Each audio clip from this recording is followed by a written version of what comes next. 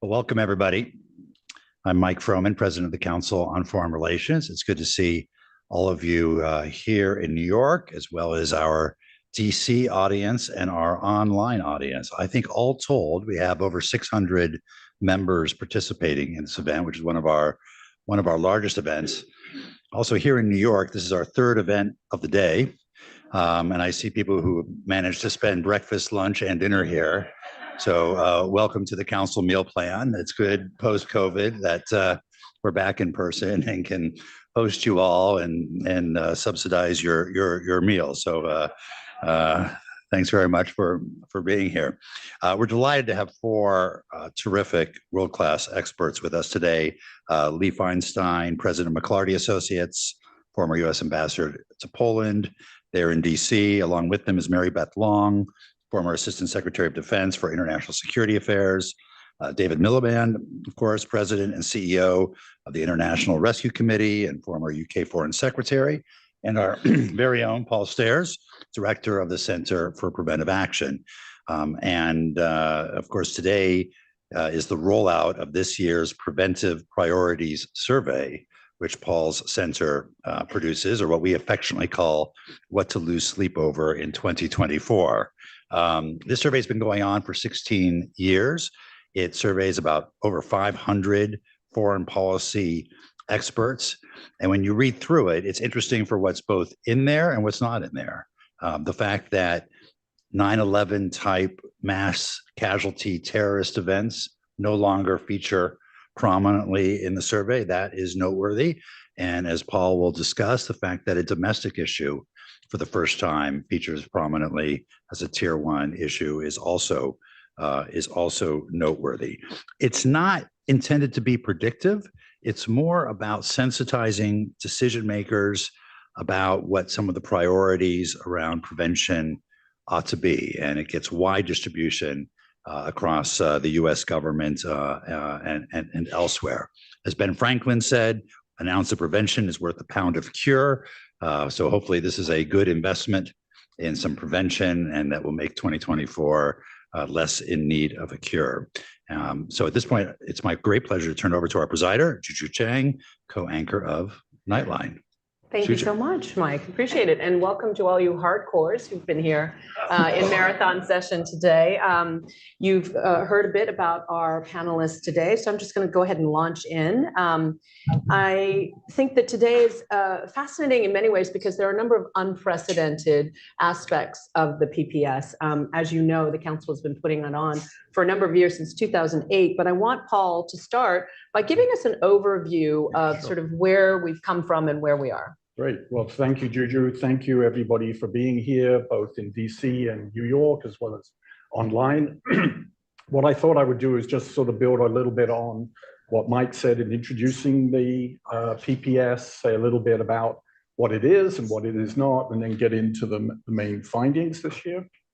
So it's essentially what we call a crowdsourced risk assessment. Each year for the last 16 years, we've been surveying US foreign policy experts about ongoing and prospective conflicts in the coming 12 months. And the goal is to ask each of them to give us their assessment of how likely they think that is, as well as the impact on US interests. And the latter part is very critical because this is very much through the prism of US interests. I think David's going to talk about more broad humanitarian concerns in the world, but this, you have to remember, this is about looking at the world through the prism of US national security interests in particular.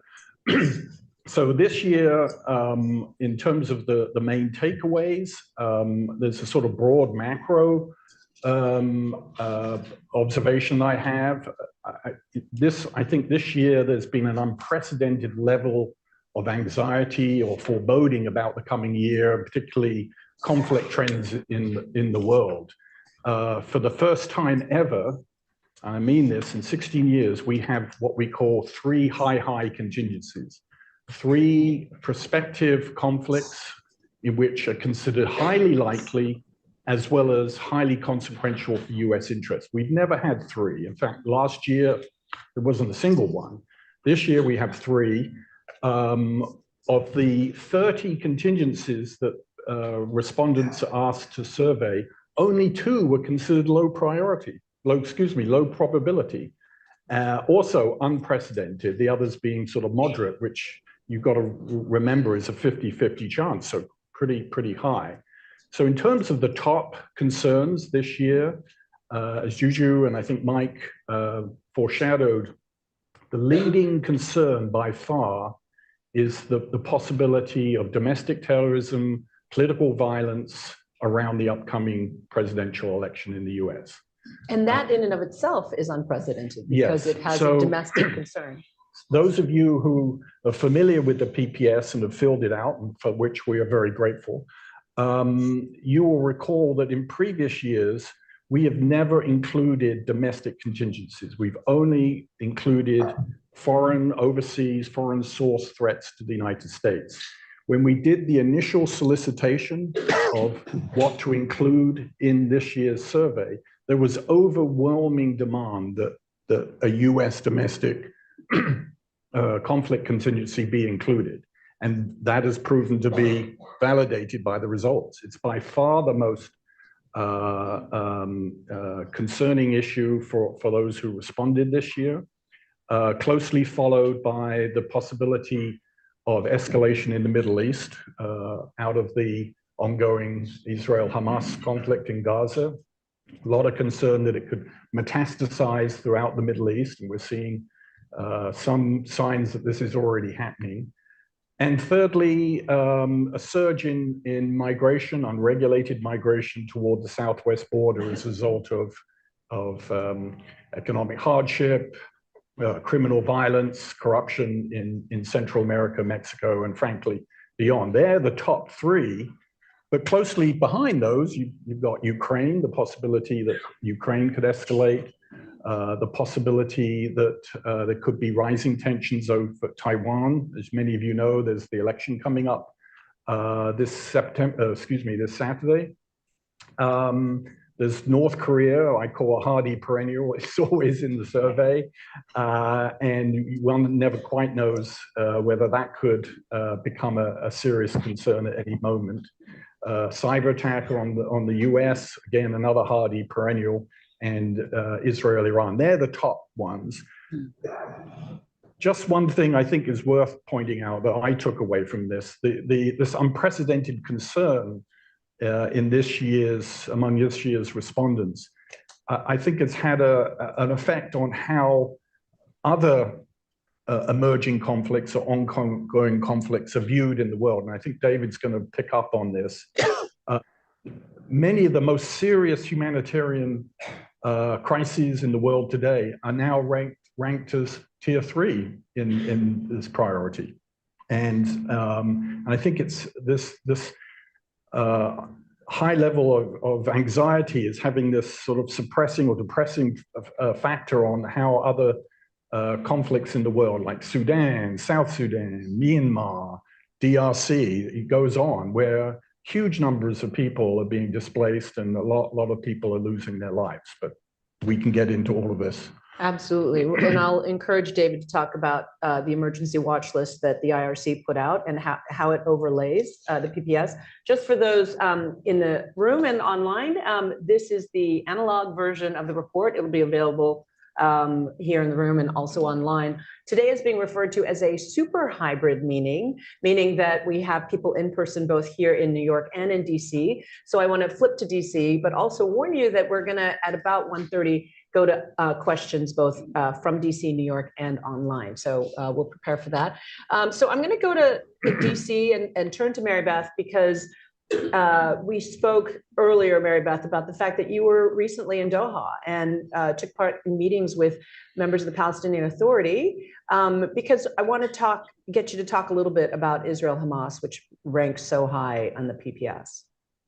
Well, thank you, Juju, and thank you, Paul and Michael in particular, and hello, New York. I do think one of the overwhelming themes of all the conversations, sort of the umbrella that permeated our meeting with Palestinians, with Jordanians, with Israelis actually on the sideline, Russians and others, was this idea that if you were to poll their national security experts, they're also petrified about what may happen in 2024, much like ours. And one of the components is that the instability with US politics and national security decision-making will have a greater impact on them than usual.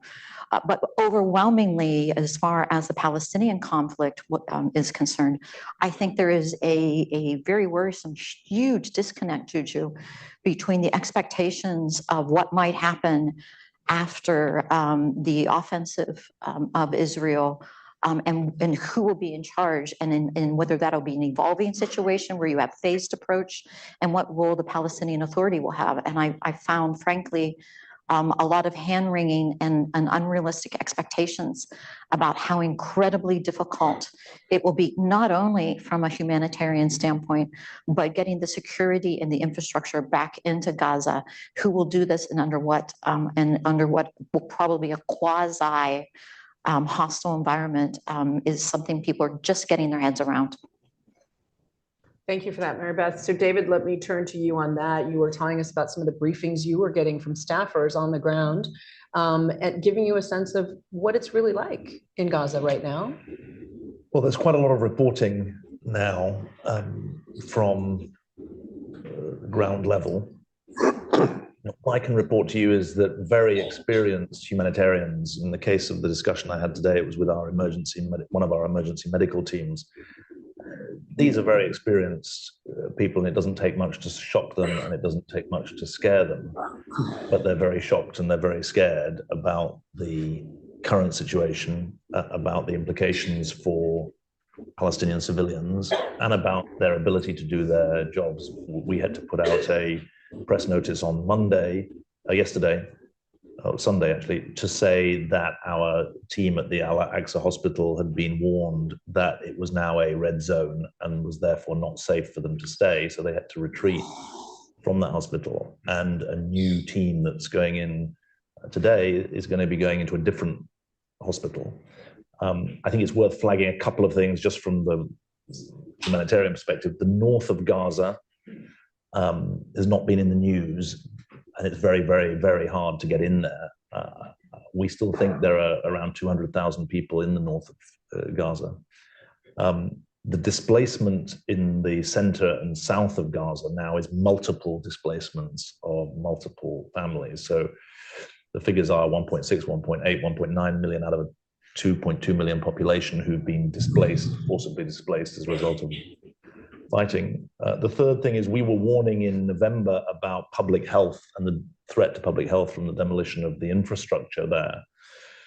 And that is coming to pass with a range of diseases that are obvious. I suppose the new factor since then is the lack of food, which is a very, very serious factor, on which UN agencies have spoken very clearly and powerfully too. So I think the warnings in the list that has been published today about the wider conflict, Paul referred to this.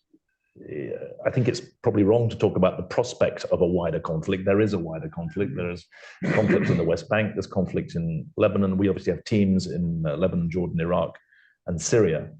But you can see that West Bank, Lebanon, Syria, and Iraq have all been the sites of conflict, albeit at a much lower level than in Gaza. So it's definitely right that you've got it high on your list, both for US interests, but also for the probability of, or the danger that it expands. If I just take 45 seconds, the document that we put out, this is our emergency watch list, which uses about 75 or 80 different statistical indicators to predict where the greatest humanitarian crises will be in 2024. Gaza comes up, so Gaza and West Bank come up as number 2, interestingly enough. And our document in that sense is a rather interesting mirror to Paul's document. Sudan is number 1, South Sudan is number 3, 8 out of 10 African countries are in the top 10. Myanmar and Gaza, West Bank are the other 2 in the top 10. And I just want to make one point about this complementarity, this mirror image, because in Paul's ranking, there are 15 countries ranked as moderate possibility of conflict, but also low impact for the US. And you can see why, for an American audience or American scholars, you might say, well, on its own Pakistan, or on its own South Sudan, or on its own Myanmar, that's low impact for the US. My point to you would be, if even 10 of those 15 moderate probabilities happen, the US is going to get quite a lot of the blame, because it's the, if not hegemonic, it's the dominant, it's the leading superpower in the world. In some places, you're directly involved. Most places, you're directly involved in one way or another. In other places, you're indirectly involved. And so I think that there's a real question for the foreign policy community about how to think about multiple crises that on their own may not be direct US interests on the same sort of scale as Israel-Gaza or the same sort of scale as Ukraine, but which cumulatively speak to a global order that's in danger of going out of control, which would have very serious implications, not just for US reputation, but also, as we're seeing with the Red Sea situation at the moment, also for some US interests that are maybe not front of mind, but would quickly be so if global shipping was really interrupted. And all the quants around are running the numbers right now as you talk about the cumulative effect of all of those moderate probabilities. Lee, let me turn to you in DC, because of course we could spend the entire time talking about Israel, Hamas, but I want to shift because your expertise is in Ukraine as former ambassador to Poland. That region is something that's been in your wheelhouse for quite some time. Give us a sense of where the war stands, where it will go, and how domestic considerations might play an impact on funding the war effort. Well, thanks very much. It's great to be back at the council. Just to take the theme of the meeting, what to worry about. What I would say is, what to worry about now is time, how to measure time, whose side is time on, and what to do about it. So I think we're in a situation now of a recalibration by both sides. You can call it a war of attrition. You could call it a hot stalemate. From the Russian perspective, they definitely believe that time is on their side. They're maintaining their long-term strategic goals, which is to absorb Ukraine, to erase the idea of its sovereignty, its culture, its language. But at the same time, it's now playing for the long game. It's finding new sources of weaponry from Iran and North Korea. It is taking steps to mitigate damage to its economy, and has been more resilient than I think many people expected. After the reselection of President Putin in March, there'll probably be another call up, another military mobilization. So Russia's belief and its position is really to wait it out. And in this sense, I guess the way I think about Putin is Putin in 2024 is more like the pre-COVID Putin. The pre-COVID Putin was not the Putin who gambled with an invasion, but a Putin who acted, prodded, tested. When the pain was a little bit too great, he would step back, still maintaining his long-term goals. And of course, there's the political dimension to this as well, Juju, which is eroding stability, I should say solidarity between the United States and Europe in support of Ukraine. And that's obviously very fundamental. We can talk more about that if you'd like. From the Ukrainian perspective, it's basically, they're also recalibrating, but they're in a position of wanting to, well, first, of course, maintain their also long-standing goals, which is to reclaim its full territorial sovereignty back to the 1991 lines. That means reclaiming those parts of the four oblasts that have been occupied by the Russians, and of course also Crimea. And I guess what I would say is there's a lot of pessimism around Ukraine. the timing, the way people measure success for Ukraine, I think is a little bit different. But, let's just not forget, and no one in this room or in our virtual room or in New York has forgotten that, 90% of the Russian army that invaded Ukraine was killed or wounded by Ukrainian forces supported by Western forces. So really, the question is a waiting game for Ukraine to hold.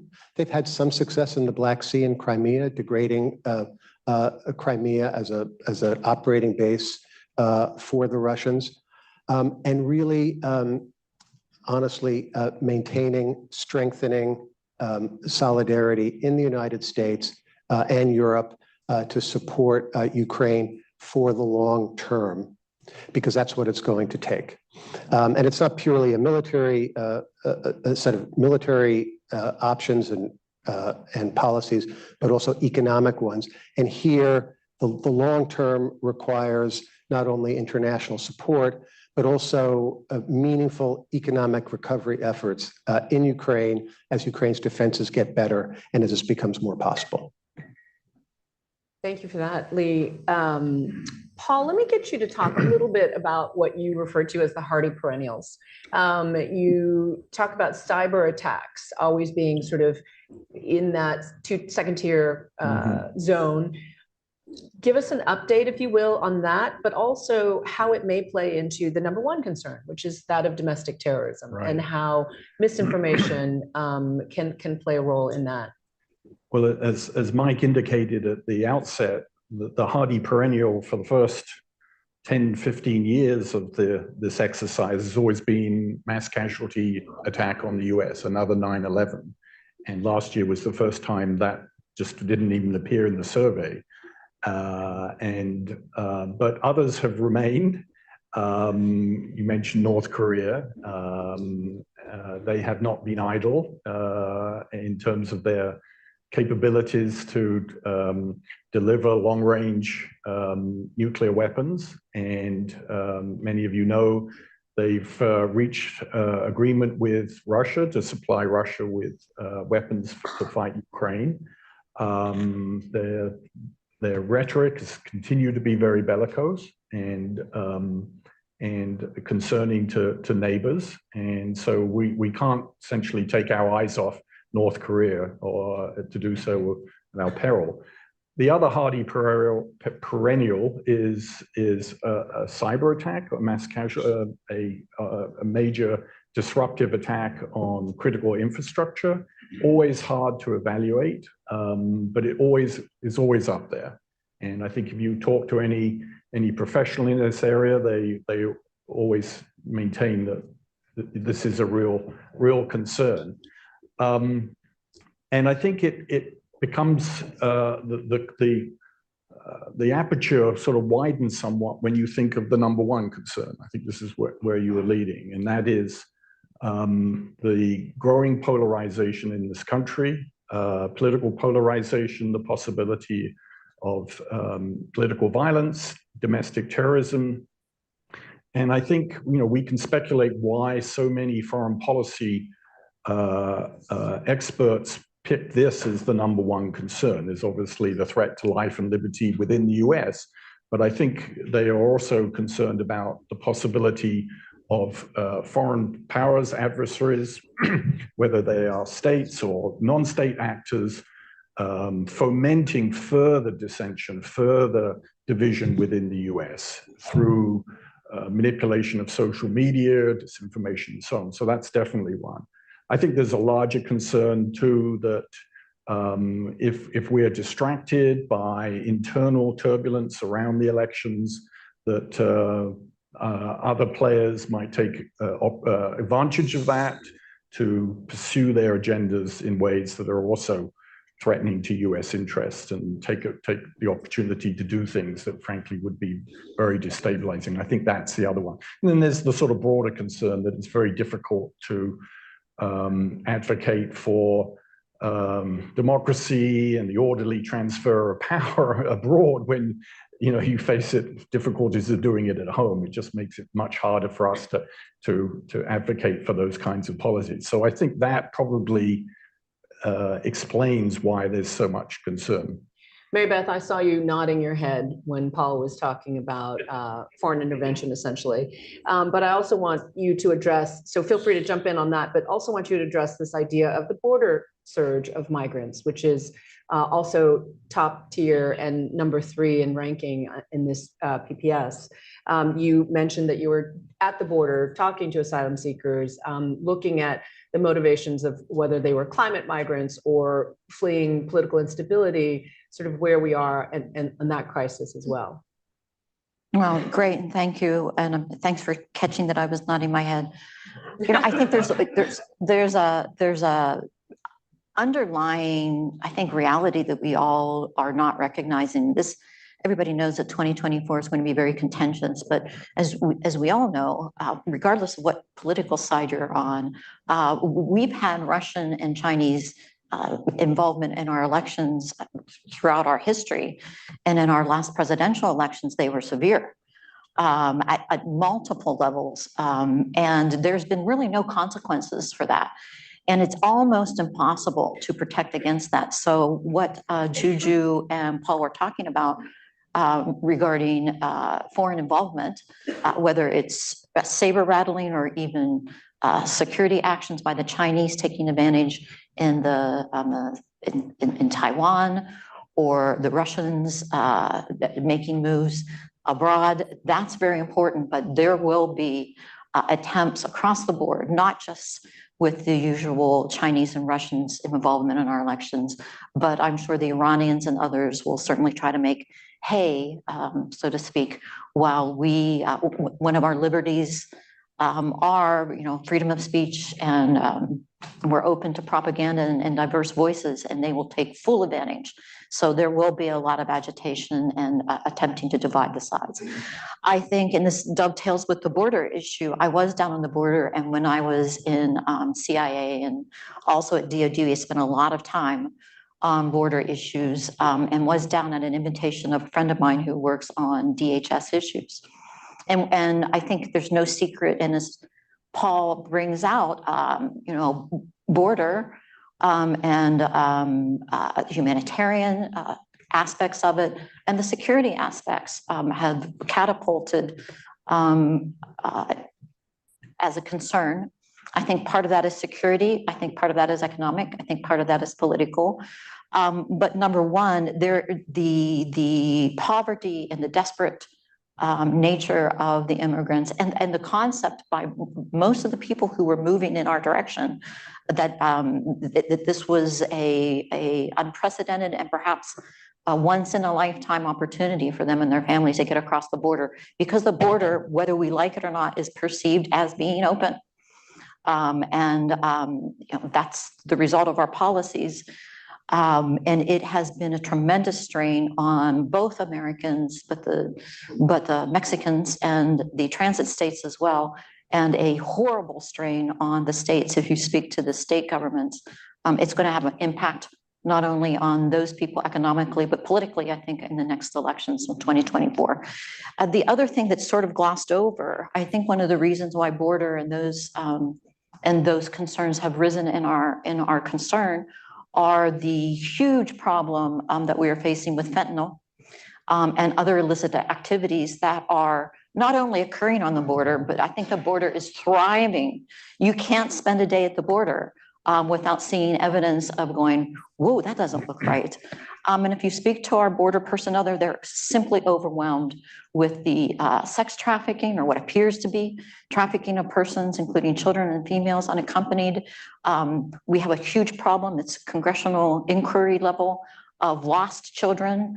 Once they come into the country, horror stories of, upwards of 100, almost 200 children who had an adult come and say, yes, I'm the uncle, the cousin of the grandfather of the uncle, who whatever, and 200 of them going to the same address, none of which has been investigated. We've got a huge huge illicit activity problem, and a problem which no one really wants to talk about, and I've not heard mentioned much anywhere in Washington, which are the fighting age males that are coming across who look pretty good. Actually, I saw photos and some films of, most of the people who show up at the border look pretty tough. They've had a long journey. Some of them show up in great 501s with new backpacks, and they don't speak English. And we visited some folks who were Afghans, a whole group of them who came either from or through Syria. What the heck? Our government can get our Afghan allies out and into the United States effectively. And here is, people who are Afghan fighters who apparently were deployed into Syria somehow popping up on the Mexican border. So this domestic terrorism that I think Paul refers to, I think a lot of people divert to US homegrown stuff. But I think maybe part of the concern also reflects a concept of who have we been letting in. I think our secretary, DHS secretary, talked about the gotaways and how many perhaps combatants have we allowed in as part of our immigration policy on the border. And I'll stop there. Thank you. Thank you. So I just want to note something you pointed out yesterday, Paul, that Afghanistan and Pakistan have dropped to top three. Tier 3 in this list, which is quite something given that your survey began post 9/11 and with all those policies. David, obviously refugee crises are what IRC's mission is. You operate in some 50 plus countries. Give us a sense of your thoughts on not just the border crisis in here, but throughout the world, the humanitarian crises. Well, the border crisis, quote unquote, crisis is unusual in that it's happening in a rich country. Most crises are happening in poor countries. So the 20 countries, for example, on our watch list, speak to 85% of global humanitarian need, and global humanitarian need is 300 million people. So the concentration of crisis is actually growing in poor and lower middle income countries. So the Sudan example, 25 million people in humanitarian need, a long way from the US. 75% of refugees are in poor or low middle income countries, not in rich countries. That number has slightly changed because of the Ukraine refugee flow, which is unusual in depositing 6 million or so refugees into Europe. In the nicest possible way, I hope I can say to this American audience, I'm always conscious that I'm a foreigner here, that I'm here thanks to your generosity and willingness to put up with me. It's very nice of you that you didn't put Britain on your risk list this year. I take that as part of your threat. But in the nicest possible way, I want to say to you, you've got to decide whether you do want to manage your border, quote unquote, crisis.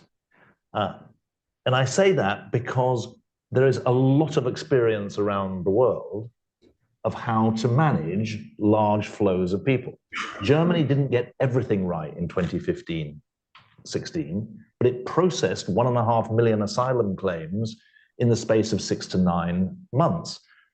5 years later, 2/3 of the people the adults were speaking German, the kids were in school, they were distributed across the country in an organized way. The Ukraine influx, again, it's different, I recognize that, but in the space of a weekend, Europe decided that 6 million Ukrainians would have 3 years residence, 3 years work permits, 3 years access to welfare benefits, and they decided to manage that process. And that isn't just about having a big heart. I'm a great believer that the biggest myth of all is that you have to be cruel in order to manage your border. Actually, all the evidence is that cruelty incentivizes the people smugglers and actually empowers the people smugglers. I run a humanitarian organization. I don't want a disorderly border. That's not actually in the humanitarian interest. The humanitarian interest is in a organized, regulated, legal set of arrangements that distinguish it between those people who have a right to stay and those who don't. Steve Ratner and Maureen White have got a piece in the New York Times today showing that 500,000 people are rejected at the border in the US system. That's because they don't have grounds to stay. And I do think that the choice in the modern world, and this is a big choice for Europe, and Europe hasn't got this all right at all, you can either have, the choice is not whether people try to come or not. They're going to try to come. I mean, the European figure is that annual average income in sub-Saharan Africa, across the whole of sub-Saharan Africa, is 12 to 15 times below the European average. So they're going to try and come. The question is not whether they try to come or not. The question is there an organized, legal, regulated, planned approach to the movement of people, or is it disorganized, unregulated, unsafe, and unplanned? That's the choice. And it seems to me absolutely fundamental that as a policy question, that is put center stage. Quite clear why you were the youngest foreign secretary of the UK in generations. But let me move on. Why I lost elections as well as won them. But, let me go to Lee. Lee, I'd be curious your thoughts, and obviously feel free to talk about anything on this list that you'd like, but this idea that the lack of domestic tranquility sort of weakens our power to project national interests globally. Your thoughts on that, and again, any topic on the list? You're such a gracious moderator. Thank you. I wanted to say two things. I'm happy to answer that question, but I also wanted to talk a little bit about the overlap, I think, between the two reports, which otherwise are more or less in parallel spaces. But I think to the point, well, first, I think Paul, your report reflects, as you talk about it, it's crowdsourcing, and it reflects what the foreign policy elite sees as the main problems. And that's often very much at variance with what the public sees as a problem. And what I'm really struck with is the fact that the border shows up in a Council on Foreign Relations report, and that concern obviously registers very, very highly with the American public, is really interesting. And I think it's really important. And I think it creates a real opportunity for the council, but for all of us, because clearly, David, I loved your points. We need to have a conversation in the country about how we're going to deal with this problem, because there is agreement that it is a serious problem, and it now begins to cut across partisan lines and even blue-red lines. So I think that this is actually a real opportunity as well as an imperative. And to Juju, your first question, I would say it's not only that it makes it harder to talk with credibility about values and goals and interests that the United States has, and they're real, and in democracy and rule of law and things like that. But there's also the demonstration effect. And David, I will apologize to you for sounding like the hegemon, but what the United States does have a big impact globally. And so when the United States is disorderly, and when there's a substantial percentage of the United States that believes that the last election was fraudulent, and when there's violence in the nation's capital, it's, to our adversaries is a sense of schadenfreude, but to our friends, it's a sense of, oh my God, if it could happen there, it could happen here. And that's very serious. But can I just follow that with a point for you? And again, I hope this doesn't sound too harsh, but if you are in the government outside the United States, you're not doing your job if you don't hedge against some very dangerous outcomes in the US in the next year or two. Yep. And those are dangerous for current conflicts, for example, for Ukraine. I mean, if you're a European, you've got to have on your scenario plan that in the space of 13 months, you could be on your own in when it comes to supporting the Ukrainians. I mean, you've got to hedge. And all around the world, people may not be reading this report, although obviously we hope they do, you hope they do, but they're hedging against what they perceive to be the danger that America goes into a completely different cycle, not just between its national and its international responsibilities, but also in terms of who it considers its allies to be and who it considers its enemies to be. And that is everywhere at the moment. Every policy planning staff is working that through. Every military is thinking that through. Yeah. And it's going to grow in the run up to November the 8th or whatever the date is. I'm trying to be mindful of the clock. We're going to start Q&A at 1:15. So let me just ask a quick question to Mary Beth and to Paul before we go to Q&A. And that is, and I'll let you duke out who's going to take the 2 minutes.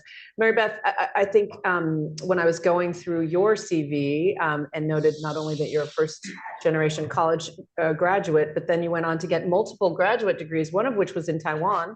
So I wanted you to address the China question because it's bisected in the list with South China Sea and then, China writ large.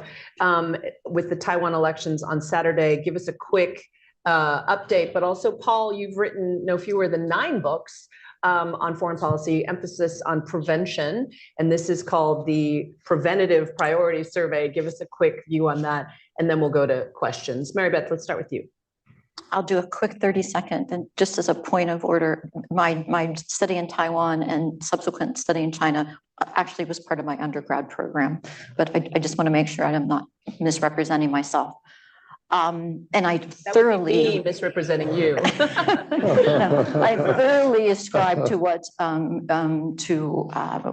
UK guests, and I actually think it's worse than that. I think the one thing that our allies have learned is that it's no longer election determinant. They need to start hedging their bets because they're not sure where the US population is going, and that's going to be a number of elections. So they've got their foot in many camps. But on China, and I think I wish we could talk all day on just China alone, but there is a lot happening, and Xi Jinping has made some very important steps in the last couple of months that Americans need to take note of. And those are huge changes in what the CCP, the Chinese Communist Party, have done to sort of change the wording of their instructions, of their propaganda, of their sort of modus operandi.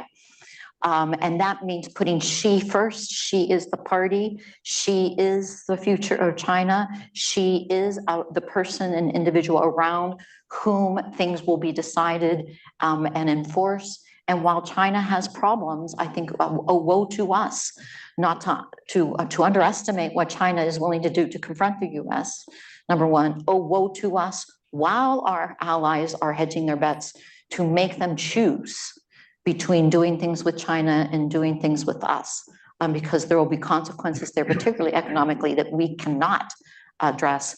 And we've got to make some pretty tough decisions, and Taiwan needs to make some tough decisions. They've got elections coming up. They've not done enough for their own security. I think their eyes are just now beginning to widen of the possibilities, but Xi Jinping has been clear. At the 100th anniversary of the CCP coming up in a couple of years, he will have regained the former empire. And Taiwan and other places stand directly in the way of that. And the one thing the Americans don't do well is take Xi at his word, and we should. Over to you, Paul, and I apologize for going a little over. Well, there's a reason why Taiwan is considered in the tier 1 set of priorities. Were conflict to occur across strait, it would have profound implications for the rest of the world, particularly economically, but within the region too. And that is clearly one of the most serious concerns. In recent months, I think people have become a little more sanguine that with this sort of recent effort to improve US-China relations, that we may have figured out a kind of modus vivendi to manage the Taiwan problem. And if we get through the election, and remember there's quite a time between the election and the actual inauguration, I think it's in May, I believe. And so there's a lot of opportunity for things to potentially go wrong during that period. But I think most people believe that we can manage this. I'm still concerned, however, about stuff that comes out of nowhere. We saw this last year with the balloon incident that, and the potential for other incidents in the region. The tensions have been pretty high in the South China Sea around the Philippines in recent months. I'm always concerned that events in another part of the region could metaphorically bleed into cross-strait tensions, and we don't pay enough attention to how the possibility of what I call horizontal escalation from other areas. So, I think we have to really ensure that we don't take our foot off the gas in terms of trying to prevent a major escalation of tensions and potential conflict across the strait. And I'm frankly a little skeptical that I welcome it, but this notion of improved military-to-military communications, the talk of guardrails, all desirable things to do, but they are no substitute for real trust-building initiatives between the United States and China. And only through that, I believe, will the risk of conflict really be reduced.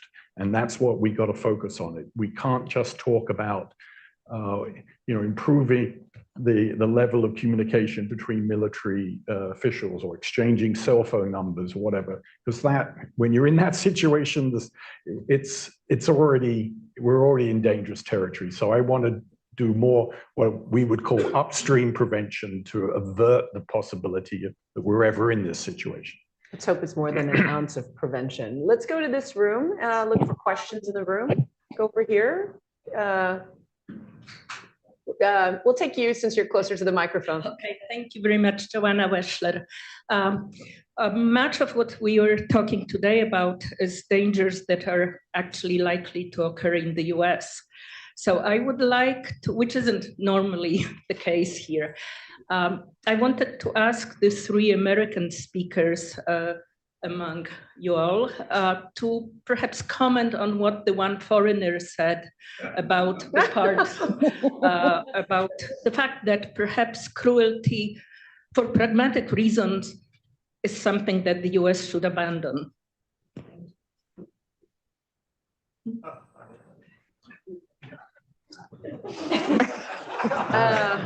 Who would like to tackle that one? Well, in fairness, I don't think that, I'll jump in. I Sure. think that's what David said exactly. I think what he said was cruelty isn't necessarily what's required to manage a border. And I do think that, again, I'm going to try to be rosier about this. I just returned more or less from the last decade in the American Midwest. And so I'm into moderation at the moment.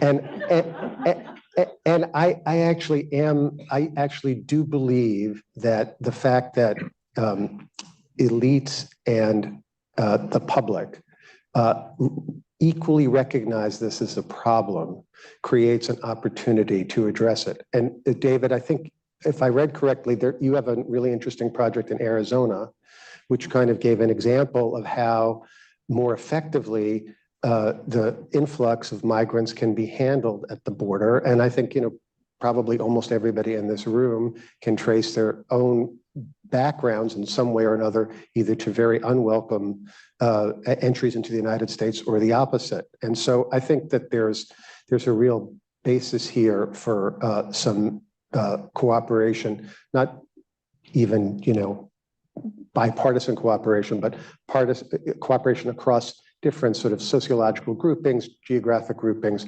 because I think everybody recognizes that this is not going the way it should. Lee, thank you. Not only Midwestern moderation, but the Ludger-Hamilton bipartisan moderation is clearly your jam. So let's go to another question here, front row. Mark Rosen. My question to David Miliband, you mentioned Ukraine, and you said that there should be contingency planning in the event that the US moves to a policy of sort of isolationism on Ukraine in the next 13 months. but I'm a strong supporter of NATO, as I'm sure most people in this room are, and also support for Ukraine. But would it not be a good thing for Europe to take the real leadership here on Ukraine, given all of the other pressures that the US is facing around the world with Taiwan, with the Middle East, etc.? And would it not be a good thing for Europe to say, we'll bear the responsibility, the financial and military responsibility of supporting Ukraine? Well, the majority of finance, if you put together the military and the non-military, is coming from Europe at the moment. It's a well-kept secret that actually Europe is the major funder. But Europe can't do it without the US because of the military, the superordinate military role. I mean, the US defense budget, I think, is now $900 billion a year, $950 billion. Just by comparison, the UK is the joint largest defense budget in Europe. It's 65 million euros, or 75, it's sort of 60 million pounds. So the pound isn't worth as much as it used to, but it's sort of 80 million. So you get a sense of the US military is 10 plus times the UK military. So I think that to say that Europe has to conceive of how it's going to manage the situation without the US is a diplomatic way of putting what will be a very, very, an almost unmanageable situation, because they're not going to be able to literally deliver the level of support. The finance is the easy part in the end. It's a wide range of military and other support that I think is beyond the European capacity. I mean, it's also worth saying the current administration, I think, have done a good job in rallying NATO and other opinion, or at least NATO and other action in defense of Ukraine. And they don't want to give up that role. They see that as an important part of America's global role. So I don't think Europeans can wrest that away from America, but it's obviously a bipartisan point in the US that you want Europe to do more. I mean, actually, what you should also be pushing for, if I may say so, is Europe, including the UK for these purposes, Europeans to do more together. Because there's the whole is less than the sum of the parts when it comes to European military capacity. And if there was actually more jointery, more integration, it would actually help. One good thing is that there's been a European argument, partly sponsored by the Brits over the years, that you had to choose between European foreign and security policy and NATO foreign and security policy. Ukraine has brought the EU and NATO much closer together. And I think that's a really good thing. Just quickly, the potential for a US shortfall in support for Ukraine explains why there's this sort of recent interest in using the 300 billion in seized Russian assets to fund it. And so, Lee, let me go to you. And obviously, if you want to comment on this, the US funding for the Ukraine war effort, you should. But I know there's a question in DC as well, and you're going to take us to that.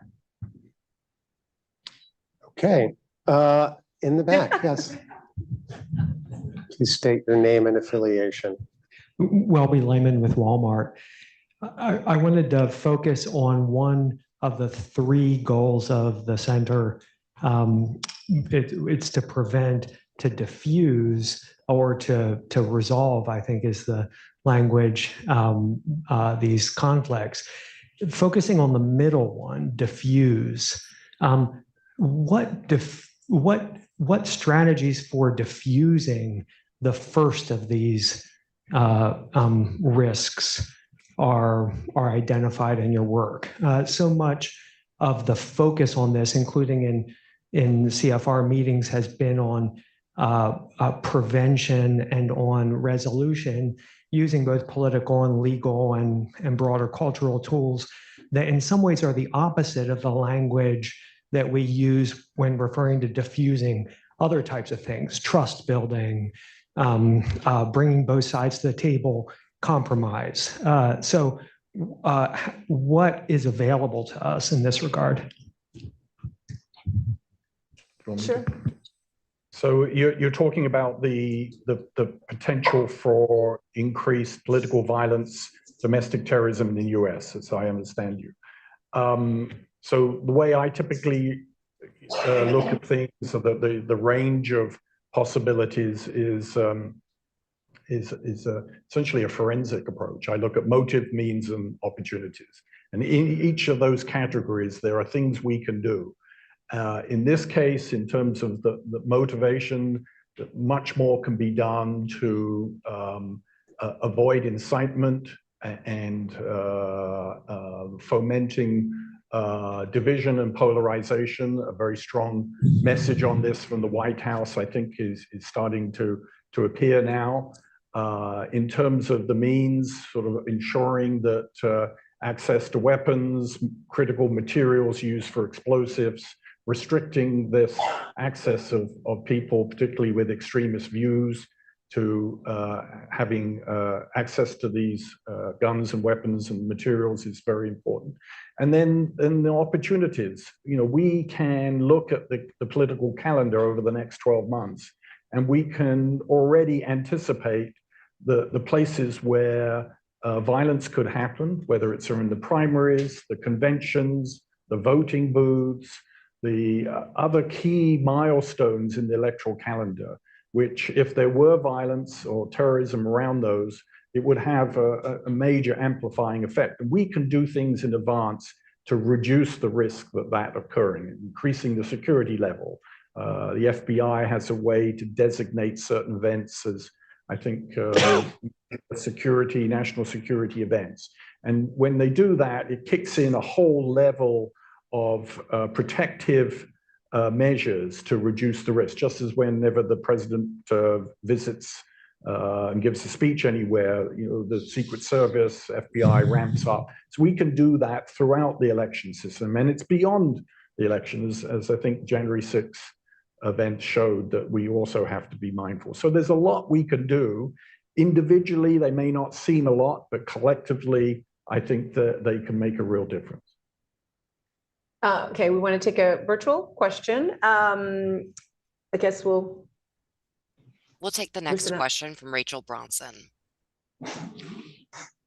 Hi, good afternoon. Thank you so much. Thank you for this terrific presentation as well. It's a pleasure watching it online. I wish I was there. In about 2 weeks, we're going to be announcing the 2024 on the Doomsday Clock, which gets into these kinds of discussions on threats and the threats you see. And I wonder, a lot of what we're talking about now are proximate, defined as such, and require our attention. But how should we be thinking? I know how I think we're thinking, but how in your reports and as a group should we be thinking about the changes behind all of that, the international changes, the fact that we have so little global governance, that we're seeing huge technological changes, even in nuclear weapons, but climate, disruptive technologies, AI, all of these kind of behind the scenes, and we're going to be managing the symptoms that we're talking about. How do you all put that together as you think about these real challenges and these proximate challenges, which have consequences on so many lives? How do you put that together with some of these big and enduring challenges that also seem to be getting worse? Rachel, I think that's a great question, and I'll just answer one part of it, which is that in our report, we highlight not just conflict, but why is there conflict? And one of the things we pull out is the overlap between conflict and climate crisis. We talk about climate crisis deliberately, not just climate change, because in 14 of the 20 countries on the watch list, they are also in the top 25% of countries for climate crisis vulnerability. In other words, the climate crisis is here now. If you're looking at significant parts of East Africa, if you're looking at significant parts of the Sahel, actually, if you're looking at Afghanistan as well. And that is a long-term secular trend exacerbated by the fact that these high vulnerability countries are also the last in the queue, the last in the line for receiving funding for adaptation to the climate crisis. Absolutely. So the farmers in Somalia are the last to get the stronger seeds that help them survive the drought. And that is a fundamental trend here. So your point, you've got to look across the horizon, I think is a really important point. I'd also, just half a point, the connected economic world means that when interest rates reach 5, 6, or 7% here, they're reaching 15, 20, 25% in even more exposed parts of the world. So the ripple effects from trouble in the richer parts of the world has devastating consequences much further afield. Yeah, I was on the ground in Guatemala in the dry corridor where so many of those climate migrants are at the border, but started in the hills of Guatemala. Does anyone else want to take that, or we can go to our next question here in New York? I can just quickly Please, add yeah. on. David is exactly right. It was one of the reasons why we've just completed a series of regional assessments of the impact of climate on political instability in certain regions. But in addition to climate, there's obviously demography and demographic change.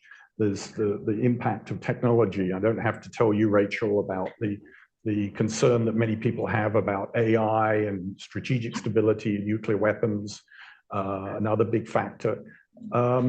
You could also point to trade issues and future trade, because trade has been, I think, a broadly pacifying influence. And if it starts to sort of fall apart, or the level of integration across borders starts to fray, that could also have an effect in terms of political stability as well. Thank you. In New York, question? Yes, I see a hand.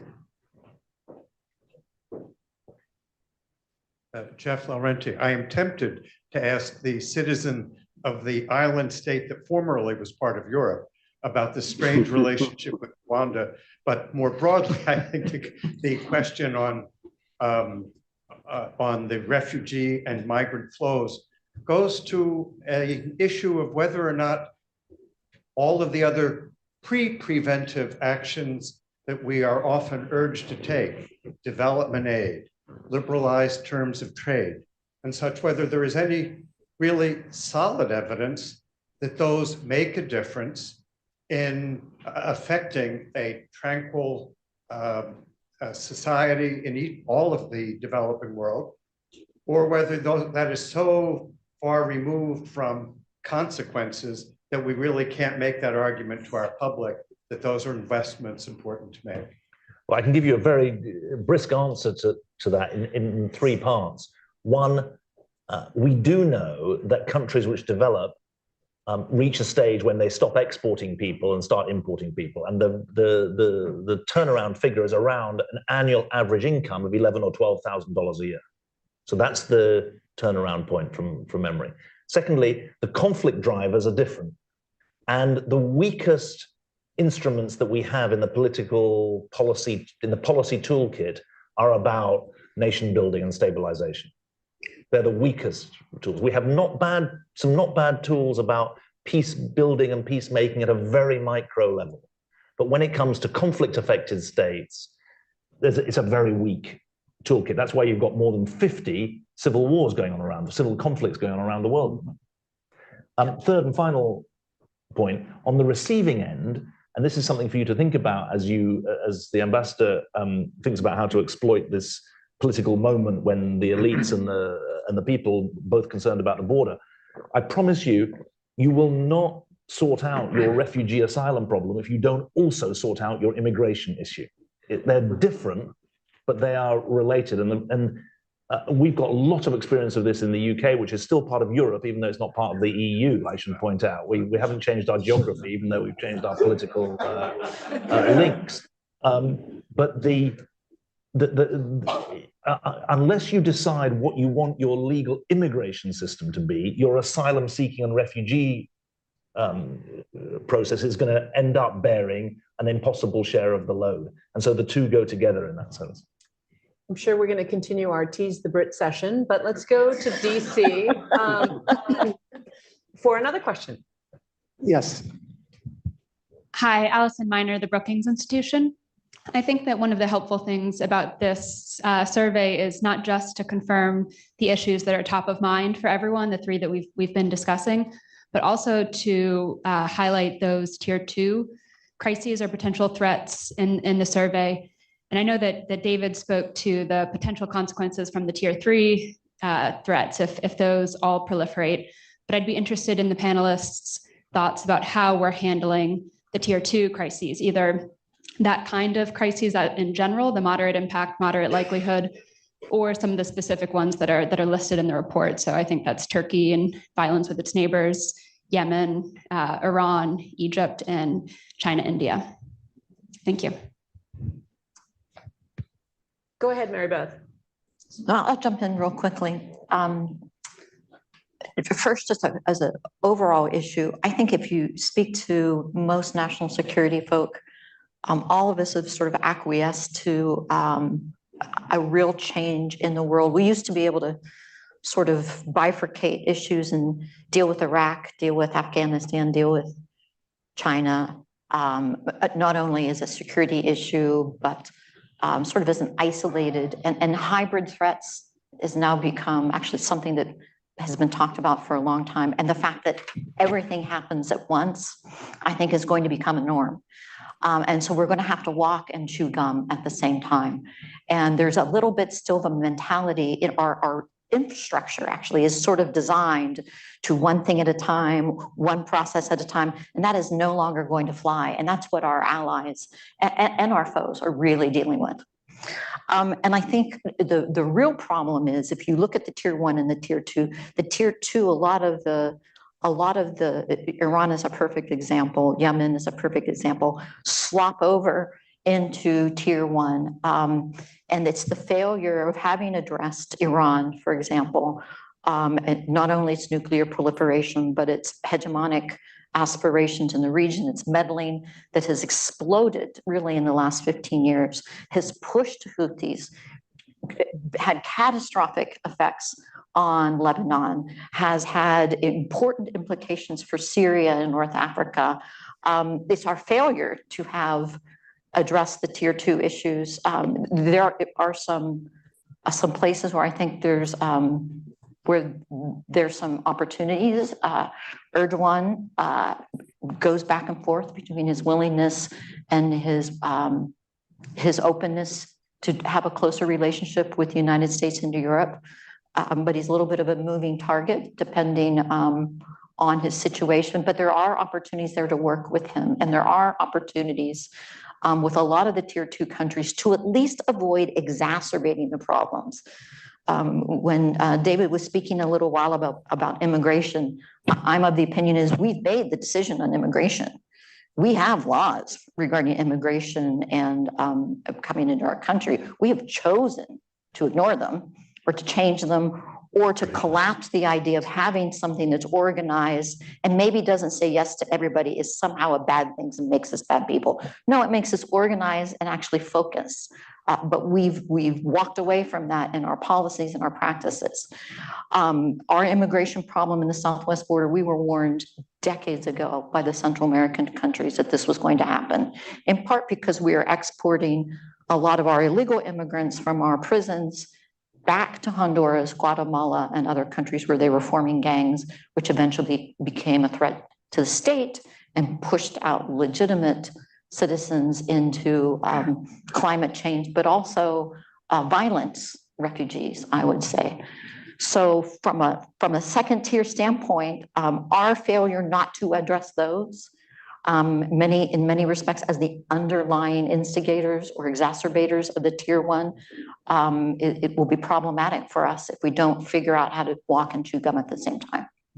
Thank you, Mary Beth. I see the sands going through the hourglass. So I just want to ask David to address tier 3 because 9 of the top 10 on emergency watch list for the IRC are top tier 3 issues. I want you to just address that for us if you can. Yeah, so the most important for us are the least important for America. That's the sort of, that's the danger. And I think that Mary Beth's bandwidth problem, I think she was saying in her last answer, at the beginning of her last answer, that there's a real bandwidth and organizational issue in the way, the sort of various choke points that exist in the US system. I think that's a very profound point. We feel that a lot. Everything down to the length of tenure of the ambassadors and the extent to which they're allowed out of their own missions. That's a massive thing in fragile and complex states. One area where I think the US could use its influence, and I'm going to DC tomorrow, and I think the administration are getting onto this in quite a big way. The multilateral institutions led by the World Bank could be real game changers, at least on the humanitarian development side in these fragile and conflict states where your own bandwidth is challenged to a great extent. That's going to take a big reform drive in the World Bank, not just at the top level of the personnel, where you've appointed a great person, Ajay Banga, to be not yours, the head of the World Bank. He takes on the multi-level. Our push. I was just seeing if you were still all listening. He's your nominee, but he's now a global citizen for these purposes. But we're pushing very hard.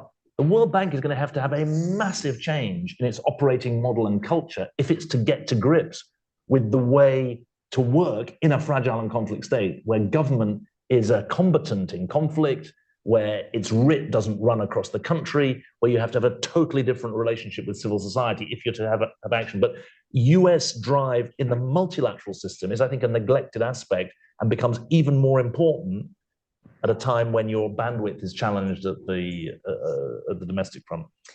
We are very close to 1:45, which will end our session, but I just want to tell everyone this session is on the record. Obviously, our panelists knew that. Also, this conversation and the transcript, at least we hope our panelists knew that. This conversation and transcript will be available on CFR's website, as well as the 2024 Preventative Priorities Survey. But I just want to give the last word to Paul, who obviously authors this idea of prevention being an ounce of prevention being worth a ton of cure. So give us a sense of what, optimistically we can strive for. I'm glad you asked that, because, it's easy to read this and go, oh my God, what are we in for the next 12 months? Buckle down. And there are definitely good reasons to be worried about the future, but I don't think we should be captive to our fears. The future is certainly not preordained. You can look back, on 2023 and think of it as all doom and gloom, but there were some bright spots, which gives me some hope for the future. US-China relations did improve over the year. China did broker a rapprochement between Iran and Saudi Arabia. It's going to be tested, obviously, in the coming months. You had Greece and Turkey reach a detente over their disputed areas of the Aegean. Very important. That was on the watch list last year. And the South Caucasus, we saw this terrible expulsion of folks from Nagorno-Karabakh, but we're now seeing a peace agreement between Armenia and Azerbaijan. So things can happen. There is human agency. We're not prisoner of events.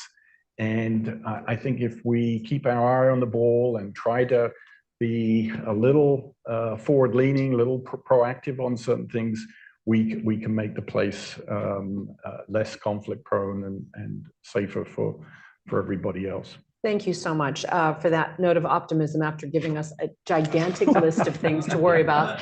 Mary Beth, thank you to you and Lee in DC, for our audiences both in DC and New York, and of course, David Miliband, thank you for letting us use you as the butt of our jokes. Thank you.